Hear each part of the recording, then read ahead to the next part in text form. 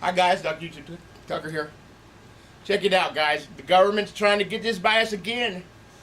They lied, changing the paperwork, and if we're catching them now, imagine how much they lied to us from the beginning. Something so simple as to release a tape, or if you can't do something so simple as to release a transcript that doesn't massage the facts, which would be inadmissible in court, how can we expect these people to fight terrorism? If they can't do something that's just an administrative task, release a transcript. All I can say is that this They're hiding so much, guys. We've had in the United States since 9/11 that was inspired by who's on foot apparently is handling the investigation.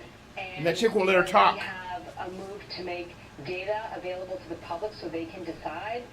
I mean, this went really poorly today, to say the least, and really raises questions about the attitude of the sanctity of this evidence in a future prosecution. And the public understands what happened here. The FBI director told us over a week ago who he pledged allegiance to, so it was just not possible to put the toothpaste back in the tube on this thing. I don't know if they think the American people are so stupid they're not going to notice, or if they are so inept at handling the investigation that we should worry whether they can even handle terrorism. But I mean, the two big takeaways is that he declares himself again and again and again. It was like a steady drumbeat. And also just the idea that the transcript really can speak for itself. And we didn't get the audio tapes, and we haven't gotten all the transcripts. But I'm taking the last word on that, Catherine. The latest example of authoritarian censorship by the most transparent administration ever has been defeated. Now, this morning, the FBI and the Department of Justice released a partial transcript from the 911 call made by the Orlando nightclub shooter Omar Mateen. It's been our goal to get as much information into the public domain as possible so people can understand, as we do, possibly what motivated this killer, what led him to this place, and also provide us with information. Now, the Attorney General you're not said smart that enough the to figure that one out. was released to give people a sense of the motivation of the killer.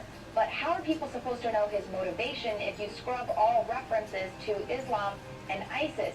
This seems more in line with the Obama administration's previous efforts to protect Islam. Following some backlash, the FBI and the DOJ reversed course, and they have now released the full transcript, which of course tells us what we already know.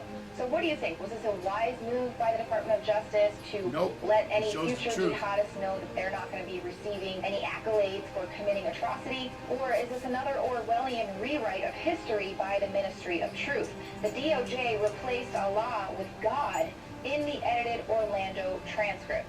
So this is very odd, considering the fact that a veteran was forcibly kicked out of an Air Force ceremony for daring to mention the word God.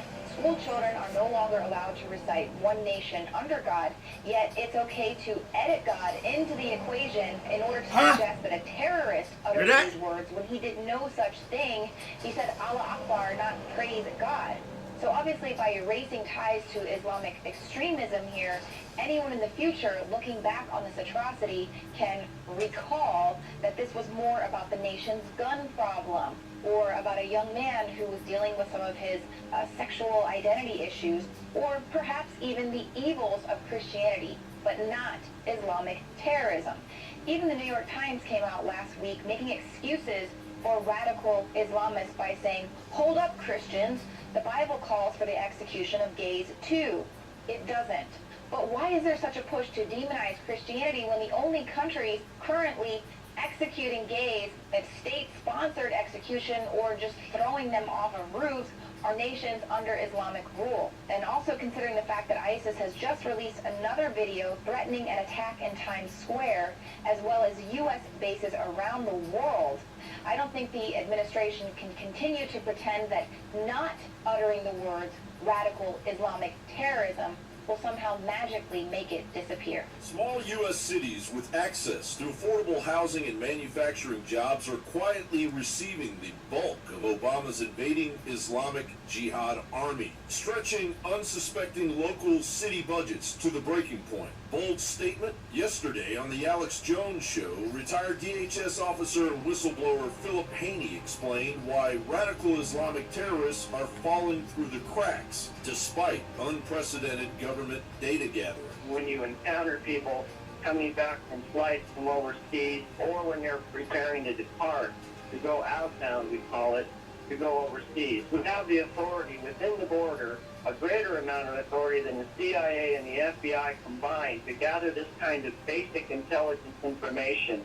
And over the years, we have been handcuffed more and more to the point where we're barely capable of gathering the kind of information that we could then share, let's say, with the FBI. Some targeted American cities are already being pushed over the edge. For example, Amarillo, Texas, known as the Yellow Rose of Texas, one of the largest meat-packing cities in the United States, home to the V-22 Osprey hybrid aircraft assembly plant, food giant Cargill, and also home to Pantex, the only nuclear weapons assembly and disassembly plant in the United States, has taken in well over 1,000 Middle Eastern refugees already, the highest in the nation. But when you add refugees sent to Amarillo from countries outside the Middle East, the numbers skyrocket. WorldNet Daily reports Amarillo has received 5,251 foreign refugees since January of 2002, according to the Federal Refugee Database. That's more than half of the nearly 8,000 refugees sent to Texas during the same period. President Obama has increased that number of foreign refugees bound for American soil in fiscal 2016 to 85,000. That's a 20% increase over the previous year, and 10,000 will be coming from the jihadist hotbed of Syria. Many of the community organizers have received training or consultation from David Lubell's Welcoming America organization, which was started with seed money from billionaire George Soros. Breitbart reported in January of 2016, Amarillo Mayor Paul Harpole said, "We've been a giving community, and it's a huge disservice to bring in refugees in numbers that we're not able to handle. We create small ghettos." The Amarillo, Texas mayor continues. A group of Somalis came in to say that they had elected a mayor of their community. Then another faction claimed they had their own leader. We come to find out that rival tribes, slaves, and masters were being settled together. Amarillo 9/11 calls are now being fielded in 42 different languages. Harpole told Watchdog.org that Washington pays schools only $100 per refugee student per year. He continues, "We have 660 refugee kids who don't speak English, and the U.S. Department of Education says they have to be at grade level within 1 year. It's a ludicrous requirement. They don't even know how to use the bathroom." And while Governor Abbott and the Texas Health and Human Services Commission continue to push lawsuits against resettlement organizations and the federal government for not presenting regular consent as required by federal law, crime levels in Amarillo are reaching levels on par with much larger cities. Amarillo also has the highest rate of reported rape in Texas. The rape epidemic in this world is becoming pandemic. It's not confined to one location. Even the Muslim convert CIA Director John Brennan has declared that terrorists are using the refugee system to infest the United States.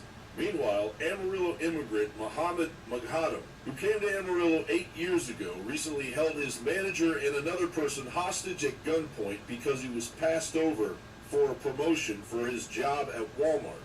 A SWAT team responded and proceeded to fatally shoot Maghadam. Was it workplace violence or a seed from a growing problem in Amarillo? Again, Amarillo refugees are creating separate ghettos with their own leaders, with their own ways of collectively non-assimilating.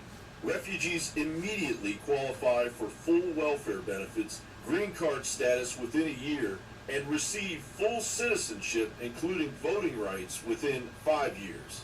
It's as clear as the nose on your face. An invasion of our taxpayer dollars, our schools, our city budgets, and our voting booths is fully underway. Wake up, people. By big business for cheaper labor and the misleading Obama administration wielding a divide and conquer agenda that is becoming clearer every day. Funded by, yep, you guessed it, the American people. The future of the meaning of even being a citizen of the United States is on the chopping block. There you go, guys. They're just giving away our citizenship like it ain't nothing. Make sure you like and subscribe, guys.